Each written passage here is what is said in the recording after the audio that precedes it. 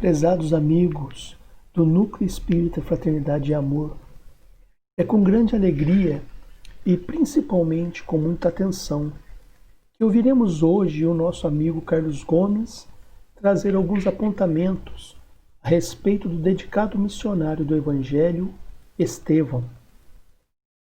Na história dos grandes personagens do Evangelho, a posição de Estevão é bastante particular, como sendo o primeiro mártir do cristianismo após a passagem de Jesus pela terra.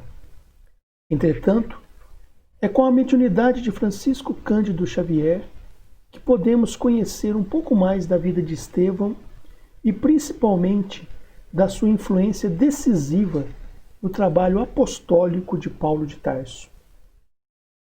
No prefácio do romance Paulo e Estevão, após explicar o objetivo do livro, o autor espiritual do livro, Emmanuel, nos informa que, sem Estevão, não teríamos Paulo de Tarso.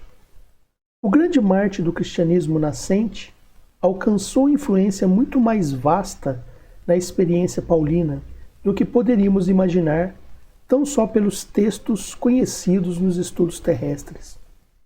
A vida de ambos está entrelaçada com misteriosa beleza. A contribuição de Estevão e de outras personagens dessa história real vem confirmar a necessidade e a universalidade da lei de cooperação. E para verificar a amplitude desse conceito, recordemos que Jesus, cuja misericórdia e poder abrangiam tudo, procurou a companhia de 12 auxiliares, a fim de empreender a renovação do mundo. Aliás, sem cooperação, não poderia existir amor. E o amor é a força de Deus que equilibra o universo. Assim, agradecendo a Jesus pela oportunidade do trabalho e rogando inspiração para que o esforço do nosso confrade Carlos Gomes possa ser coroado de êxito, rogamos, como Emmanuel, neste mesmo prefácio, ao se referir a Paulo, mas que também se encaixa perfeitamente na vida de Estevão, que o exemplo do grande convertido se faça mais claro em nossos corações, a fim de que cada discípulo possa entender quanto lhe compete trabalhar e sofrer por amor a Jesus Cristo. E assim seja. Olá, vamos dar início a mais um trabalho do Núcleo Espírita Fraternidade e Amor. E para hoje, para a nossa reflexão, eu trouxe aqui uma personagem emblemática da Bíblia, que tenho grande admiração e que é um exemplo para todos nós de como termos uma vivência melhor, como aprender a viver e como aprender a ser nesse planeta. A sua história está narrada no Evangelho, no livro de Atos dos Apóstolos, no capítulo 6 e no capítulo 7, mas fala pouca coisa sobre a sua trajetória. Ela é expandida e explicada melhor no livro trazido por Emmanuel, o mentor de Chico Xavier, que é uma das mais lindas obras deixadas por Chico Xavier em seus mais de 400 livros por ele escrito, que se chama Paulo e Estevão. Esse livro vai contar a história de Paulo e toda a sua trajetória, de Saulo a Paulo, mas antes começa contando com detalhes a vida de Estevão.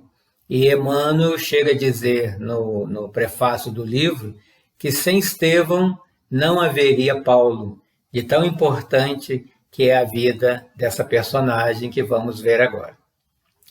Emmanuel nos diz do trabalho e da vida de Estevão, e ele realmente, em toda a sua existência, teve uma vivência evangélica. E o que é uma vivência evangélica? É quando nós colocamos na prática essa ação do que acreditamos. É dar testemunho do que acreditamos em cada ação. Se eu sou espírita, preciso ter uma vivência espírita todos os dias. Se sou cristão, preciso ser cristão todos os dias. E a história de Estevão começa quando ele ainda não se chamava Estevão. Ele era de uma família israelita e seu nome era Gesiel, e seu pai se chamava Ioredeb. E os israelitas eram aqueles, das famílias dos hebreus que acreditavam no único Deus trazido por Abraão, depois ratificado por Moisés, e eles estudavam a Torá, as leis de Moisés e todos os livros que hoje formam o que chamamos de Antigo Testamento. E Ioredeb, seu pai, o criou para as alegrias puras, o dever e obediência à execução, à leal execução da lei. E é importante essas duas virtudes que já estão impregnadas em Gesiel, que nós vamos ver que foram seus alicerces ao longo de toda a sua trajetória em sua existência. E Emmanuel começa a nos contar as dificuldades, as vicissitudes pelas quais a família estava passando em consequência de uma decisão de seu pai que contrariava o próprio Gesiel, mas ele, com respeito a seu pai, honrando pai e mãe, como nos fala os 10 mandamentos, ele não quis afrontar o pai, dizendo que o pai estava errado, mas sugeriu ao seu pai que lessem os livros sagrados naquele momento, antes dele dar cumprimento a essa decisão que tinha tomado. E foi aberto justamente no livro de Provérbios, no capítulo 3, nos itens 11, versículos 11 e 12, que diz assim: Filho meu, não rejeiteis o corretivo do Senhor, nem te enojes da sua repreensão, porque Deus repreende aquele a quem ama, assim como o pai ao filho a quem quer bem. Então, nesse momento, era justamente o que eles estavam precisando ouvir, e Ioredeb entendeu, mas não quis mudar de opinião e levou até o fim essa sua decisão. Em consequência disso, quando ele chega em casa e conta o que aconteceu, ele tinha perdido a sua única propriedade e estava toda a sua família na rua. E ele, muito envergonhado do que tinha feito, chegou a contar à sua família, e Gesiel diz a ele: Meu pai, por que vos atemorizardes? Deus nunca é avaro de misericórdia. Os escritos sagrados nos ensinam que ele, antes de tudo, é o Pai, desvelado de todos os vencidos da terra. Essas derrotas chegam e passam. Veja um filho bem educado devolvendo ao Pai toda a educação, criado na fé, na obediência à lei, obediência a Deus, dizendo que Deus é misericordioso e, se há derrota aos olhos humanos, elas são temporárias, e tudo o que Deus faz é como um pai de amor faz a seu filho também. Podemos aprender aqui com Gesiel a importância da fé e da resiliência, do resistir às agruras, às dificuldades da vida, sem perder a fé e continuar com o comportamento tranquilo. E essa situação fez com que toda a família fosse presa, esperando no outro dia um julgamento que não teria um final feliz. E Gesiel vai dizer: estamos em experiências que devem ter a melhor finalidade para a nossa redenção, porque de outro modo Deus não nos mandaria. Olha de novo a prova de fé e resignação. Resignação não com aquela ideia de acomodação, de cruzar os braços e deixar a coisa acontecer. Não, aquela resignação que não se revolta, mas ao mesmo tempo vai à ação para resolver a questão. Então, nessa fé, ele diz que toda experiência tem um aprendizado, tem uma finalidade, tem um propósito, e se nós não entendemos no momento, tenhamos fé que Deus está no comando e sabe o que é melhor para cada um de nós, senão não estaria acontecendo conosco. E o interessante de Gesiel, que ele, claro, não conhecia ainda Jesus como nós conhecemos hoje, mas ele já sentia a presença de Jesus, porque ao ler os livros de Isaías, que falava da vinda desse Messias, a fé dele já se identificava com esse Messias, que já estava dentro dele. Por isso que ele chegou a dizer que acreditava, ele cria nesse Messias Redentor, que viria para esclarecer todas as coisas, porque os profetas assim tinham afirmado e ainda diziam que os homens não o compreenderão, mas há de vir ensinando amor, caridade, justiça e perdão. Nascerá entre humildes, exemplificará entre os pobres, iluminará o povo de Israel, levantará os tristes e oprimidos, tomará com amor todos os que padecem no abandono do coração. E não foi isso que Jesus fez? E ele, como judeu, já esperava que esse Messias assim aconteceria. E acabou que ele foi mesmo para a prisão, né? E mesmo assim, carregava nos olhos, segundo Emmanuel, a mesma serenidade doce, oriunda da íntima confiança em Deus. Olha, quem confia em Deus, por mais difícil que esteja a situação, que esteja passando, devemos manter nos olhos a serenidade doce da confiança em Deus. Guardar a fé com a auréola divina dos que sabem verdadeiramente agir e esperar. O que é guardar a fé?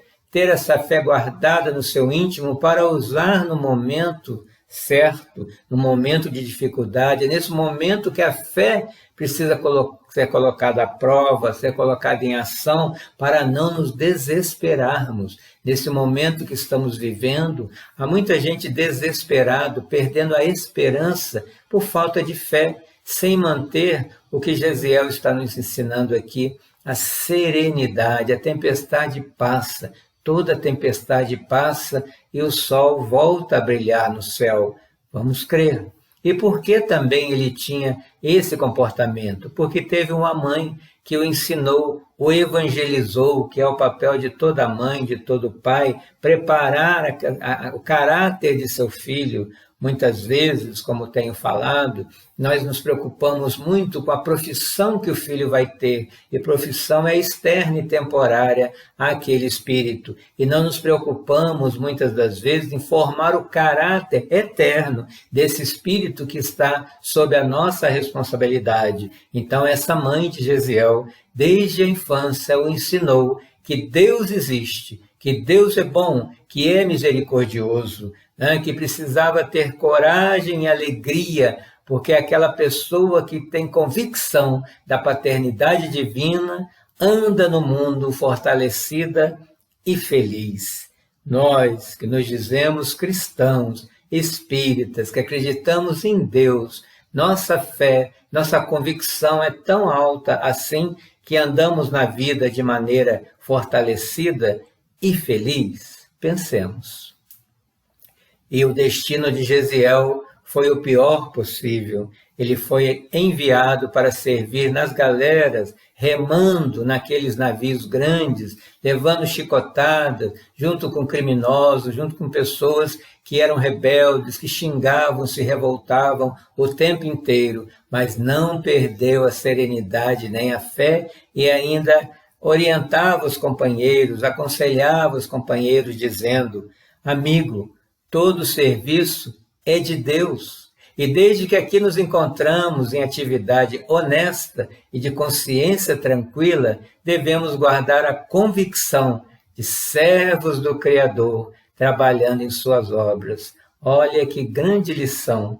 Todo serviço é de Deus. Não trabalhamos para um patrão que vai nos dar o salário do final do mês. Trabalhamos para um ser que construiu o universo, nos colocou aqui para habitar o planeta Terra e sermos os seus servos para trabalhar nas suas obras, cada um com seu talento, cada um com aquilo que já pode realizar em casa, na rua, no serviço, na igreja, no centro espírita. Fazemos tudo, o nosso chefe é Deus. Tendo essa convicção, trabalhamos com alegria, com serenidade, sem revolta, mesmo sendo remando numa galera. E aí o que acontece na história de Gesiel, que agora vai dar uma virada, porque Deus nos auxilia quando temos uma missão a realizar, ela se realiza de uma forma ou de outra. Numa das paradas, entrou na embarcação um político importante ali, romano, chamado Sérgio Paulo, e eles tinham todas aquelas pessoas, todo o seu séquito, né, que estavam servindo a ele na sua cabine, mas, de repente, durante a viagem, ele contrai uma doença que é contagiosa, que começa a formar chagas, feridas no seu corpo. E todos aqueles que o serviam foram se afastando, e o comandante do navio pediu ao feitor que escolhesse um daqueles escravos remadores para cuidar e servir a alimentação e ficar com esse romano. E claro que Gesiel foi escolhido porque o mentor já tinha percebido um comportamento diferente nele e ele era a pessoa adequada para servir a esse paciente. E assim ele o fez com todo desvelo, com toda a alegria, como quem serve a um irmão, porque foi assim que ele aprendeu e velou dia e noite à cabeceira daquele romano, né, passando, né, fazendo ervas que ele já conhecia, né, óleos essenciais, passando nas suas feridas, falando para ele o que ele sabia dos livros do Antigo Testamento, numa oração, né, sabemos que ali também tinha todo um envolvimento espiritual, né, e dessa vez, né, quando, com todo esse cuidado, né, de Gesiel, o paciente se recuperou, mas Gesiel contraiu essa doença e, sendo contagiosa, ele não poderia voltar a remar, né, para não contaminar todos os remadores e eles ficarem sem o motor, vamos dizer assim, do navio. E aí o comandante teve a ideia de lançá-lo ao mar, né, já que ele ia morrer mesmo, mas olha como que a caridade que fazemos se volta para nós. Esse paciente, que era um importante romano, intercedeu por ele e sugeriu ao responsável pela embarcação que o deixasse, né, na próxima parada e ele iria, né, morrer logo ali, mas que não o jogasse ao mar, mas que colocasse no relatório que isso tinha acontecido. E sugeriu ao jovem que mudasse de nome para não comprometer o próprio comandante. E assim foi feito. Em Jerusalém, nessa época, depois da crucifixão de Jesus, os apóstolos, alguns deles, né, Pedro, Tiago e João, formaram uma comunidade chamada Casa do Caminho, que ficava justamente no caminho de Jerusalém, para atender aqueles que procuravam Jesus e agora Jesus não estava presente mais para servi-los. Os apóstolos estavam fazendo esse trabalho de pregação, de cura, de tratamento, de acolhimento em nome desse Jesus que assim nos ensinou. E de alguma forma, o Gesiel foi parar nessa comunidade. Ficou mais de uma semana aí de febre, né, em consequência da enfermidade, e no seu delírio ele foi falando sobre os livros da Torá que ele conhecia, falando de Isaías, falando do Messias, e até que ele se recuperou, e Pedro, que cuidava dele, ficou, né, atraído por esse rapaz, né, afeiçoou-se com esse rapaz, muito jovem, 25 anos, já com todo aquele conhecimento, né, das leis de Moisés. E quando ele se recuperou, Pedro quis saber de onde ele vinha, quem ele era, porque ele sabia tanto assim daquelas leis. E falando do Messias, né, Pedro disse a ele que o Messias já tinha vindo, que era Jesus, e começou a contar sobre a história de Jesus para Gesiel. E como diz Emmanuel, à medida que Pedro ia contando e acendendo aquela chama luminosa novamente no seu olhar, né, ele ia se encantando com a história, porque quando nós contamos uma história, nós vivenciamos novamente as emoções. E ele foi revivendo as emoções de ter caminhado com o Mestre, passando ali para Gesiel a história. Pensemos como não seria nós estarmos ouvindo a história de Jesus diretamente de Pedro, que caminhou lado a lado com ele. Faríamos o que fez Jaziel, que estava bebendo das suas palavras, né, empolgado, porque ali ele entendia que tinha encontrado o Messias, encontrado um mundo novo. E a mensagem da Boa Nova foi lhe penetrando o espírito, né, que na verdade já estava ali em semente, né? O Pedro instalou a terra boa, cultivou para florescer esse evangelho, já que houve uma identificação de Gesiel com esse novo mundo, com essa boa nova, né? E aí Pedro dá a ele para ler uma parte, né, de pergaminhos que existiam à época, com os escritos de Mateus sobre mais história de Jesus. E, avidamente, o Gesiel foi lendo e chegou a dizer: encontrei o tesouro da vida. Preciso examiná-lo com mais vagar. Quero saturar-me de sua luz, pois aqui presinto a chave dos enigmas humanos. Quando lemos o Evangelho que hoje temos às mãos, quando lemos as obras espíritas de Kardec, nós falamos isso. Encontrei o tesouro da vida, quero saturar-me de sua luz, e aqui está a chave que abre todas as portas, que resolve ou me dá a solução de todos os problemas.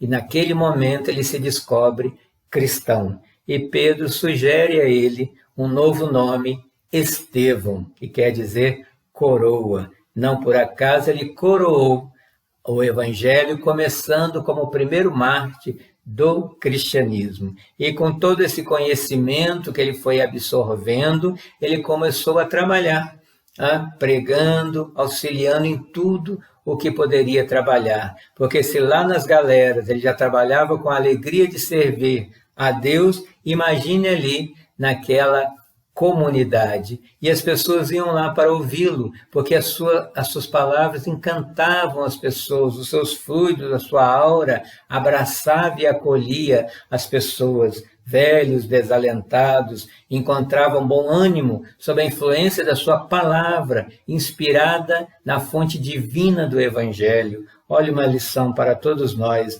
aqueles idosos que já perderam o sentido na vida, que estão abandonados em um asilo ou pela própria família, adoentados, ninguém conversa com eles, se sentem invisíveis e querem muitas vezes até dar cabo da vida. Uma palavra que possamos dirigir a eles, inspirada pelo Evangelho, salvam uma vida, resgata esse idoso para a vida, para que ele continue acreditando na vida. Mães aflitas buscavam-lhe o conselho seguro. Se hoje já é tão difícil criar um filho na ausência do pai, imagine aquela época, mulheres do povo que trabalhavam o dia inteiro naquele trabalho escravo, né? Extenuante, e ali no final para poder ouvir, né, pegar essa gota do Evangelho que saía da boca de Estevão para se alimentar, para se dessedentar, como fez Jesus a mulher samaritana à beira do poço.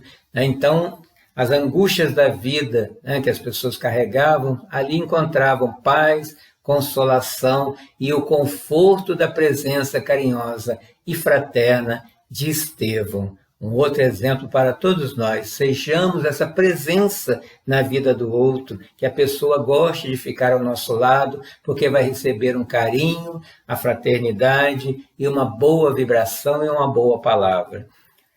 Existiam nas sinagogas os doutores da lei que estudavam a Torá e se achavam só eles sabedores de todo aquele entendimento. Dentre eles, o mais famoso, o mais importante, Saulo de Tarso, que desde a infância foi educado, instruído pelo rabino mais importante chamado Gamaliel, porque ele já estava sendo talhado para assumir um cargo lá no Sinédrio, na sinagoga mais importante ali em Jerusalém, no lugar de Gamaliel.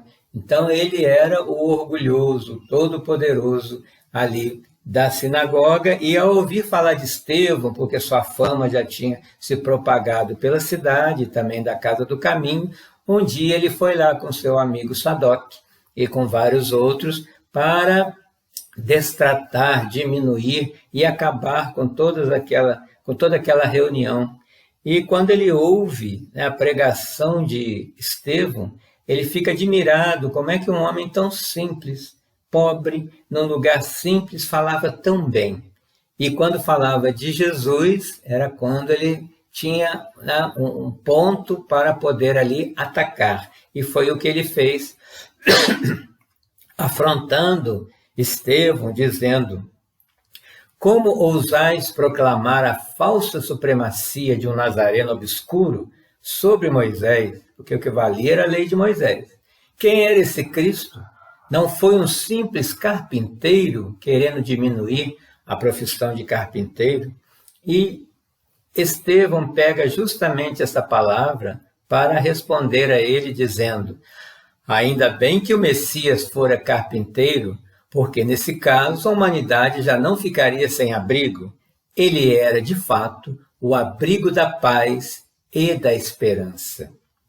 E Saulo o intimou a ir ao Sinédrio defender, né, esse carpinteiro e ouvir, né, ser julgado por todo o Sinédrio, por todos aqueles anciãos, né, dos doutores da lei. E ele se negou, porque ele não tinha nada para fazer lá. Né? E ainda diz: amigo, o Sinédrio tem 1000 meios de me fazer chorar, mas não lhe reconheço poderes para obrigar-me a renunciar ao amor de Jesus Cristo. E o que fez Saulo em seguida? Conseguiu algumas testemunhas falsas que denunciaram, né, o Estevão ao Sinédrio. Aí ele foi obrigado a ir até lá e apresentar uma defesa. E aí eu os convido a ir à Bíblia, no Atos dos Apóstolos, no capítulo 7, no versículo de 1 a 55, onde tem uma linda defesa de Estevão, falando desde Abraão, falando de toda a história, né, dos hebreus, de todos os israelitas que ali estavam presentes. Só que quando chega na parte do Messias e que ele anuncia que o Messias já veio e é Jesus, é a hora que eles se revoltam e querem condenar esse Estevão. Né? E o que acontece em seguida? Quando o Saulo percebe aquele homem com todo aquele conhecimento, com toda aquela oratória, ele quer chamar para o seu lado, quer chamar para fazer parte ali do Sinédrio, né? A sinagoga mais importante ali da região, em Jerusalém, né? A cidade santa. E aí Estevão nega, diz o seguinte: desprezo o valor puramente convencional que a lei me poderia oferecer em troca do apoio à política do mundo, que se transforma todos os dias, considerando que a nossa segurança reside na consciência iluminada com Deus e para Deus. Isso é uma convicção com a sua fé. Né? E ainda diz mais: o discípulo do Cristo deve saber a quem serve, e eu me honro em ser instrumento humilde em suas mãos. Lembrando, né, que Jesus também nos disse: servimos a Deus ou a Mamon, ao espiritual ou ao material, durante a nossa trajetória nessa existência. E Saulo perdendo o argumento, e o homem, quando perde o argumento, se torna agressivo, foi lá e começou a bater, né, a dar socos no rosto de Estevão, que não se defendeu, o que mais irritou Saulo ainda, e ainda falou: mas esse seu mestre o faz ser covardes? E aí ele responde: a paz difere da violência, tanto quanto a força do Cristo diverge da vossa. Essa é a maneira de se oferecer a outra face, não reagir igual, mostrando que era um pacificador, conforme Jesus também nos assevera no Sermão do Monte, em Mateus 5. E como é que essa história termina? Claro, com a condenação de Estevão ao apedrejamento, à lapidação. E no momento final, quando ele já está ali, né, amarrado a um poste, algemado, né, já sangrando, já nos seus momentos finais, ele olha para cima e vê Jesus. Né? Ele que não conviveu com Jesus, não conhecia Jesus na existência, mas tinha Jesus dentro dele. Olha Jesus, Jesus está olhando para Saulo.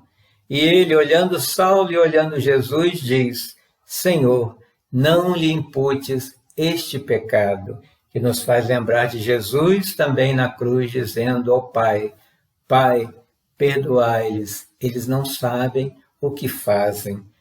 Nesse último momento, o Estevão vai nos ensinar o valor da indulgência.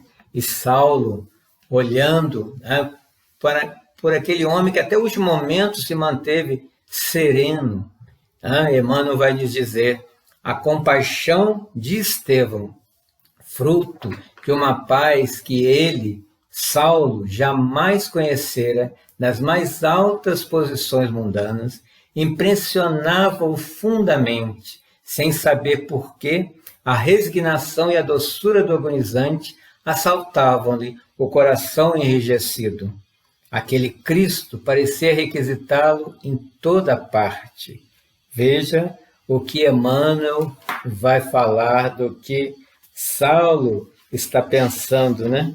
Aquele Cristo parece que está requisitando por toda a parte. E assim nós vamos terminando a nossa fala, mas eu quero terminar com uma oração que foi feita por alguém que se aproximou de Estevão no último momento, que chama a oração dos aflitos e agonizantes. E diz assim: Senhor Deus, Pai dos que choram, dos tristes, dos oprimidos, fortaleza dos vencidos, consolo de toda a dor, embora a miséria amarga dos prantos de nosso erro, deste mundo de desterro, clamamos por vosso amor. Nas aflições do caminho, na noite mais tormentosa, vossa fonte generosa é o bem que não secará. Sois em tudo a luz eterna, da alegria, da bonança, nossa porta de esperança que nunca se fechará. Quando tudo nos despreza, no mundo da iniquidade, quando vem a tempestade sobre as flores da ilusão, ó Pai, sois a luz divina, o cântico da certeza, vencendo toda a aspereza, vencendo toda a aflição. No dia da nossa morte, no abandono ou no tormento, trazei-nos o esquecimento da sombra, da dor, do mal. Que nos últimos instantes sintamos a luz da vida, renovada, redimida, na paz ditosa e imortal. Que o Senhor nos abençoe e Gesiel, Estevão, seja um exemplo a seguir, assim como Paulo, assim como todos aqueles que entenderam Jesus e o seguiram imitando. Que o Senhor nos abençoe.